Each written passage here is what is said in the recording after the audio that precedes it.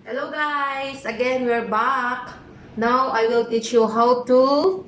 This is hurty again. Okay. We will do how to crack the middle back pain. I will teach you how to do it.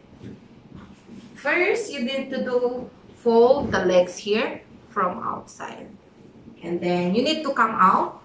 Come out, I mean. Then no, little bit movement out.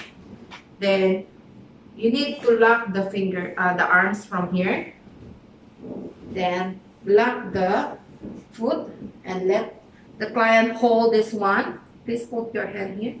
Then little bit hold in the scapula and then pull it like this.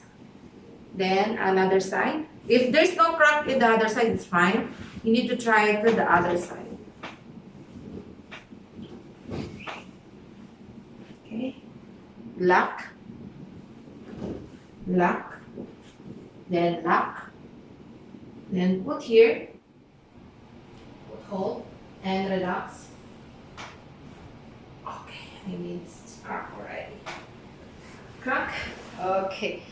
That's it. Thank you. Bye-bye.